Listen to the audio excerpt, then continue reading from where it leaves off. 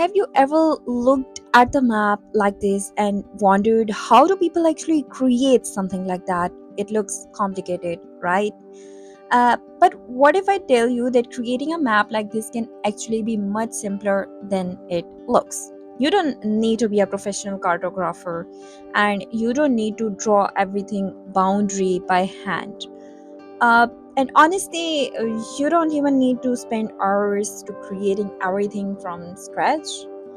You can turn raw geographic data into something this beautiful. Clicks, a few layers, and some processing, and suddenly you start seeing the landscape in a completely different way. You know the best part? You can actually do it by yourself. And here is the green pulse that I have generated, the vegetation animation generator.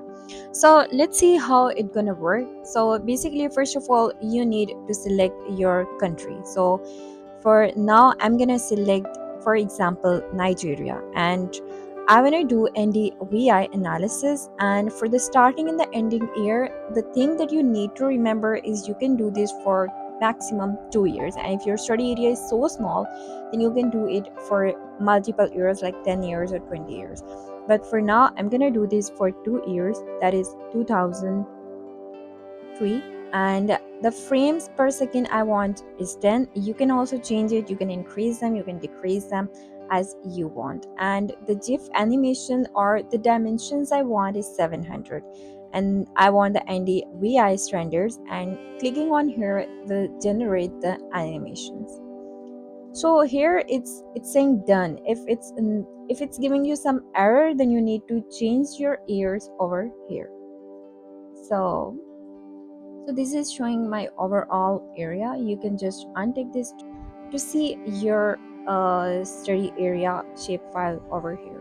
And here you can see that it generated our animation output like that, and it's no, it's also going to generate a graph for that.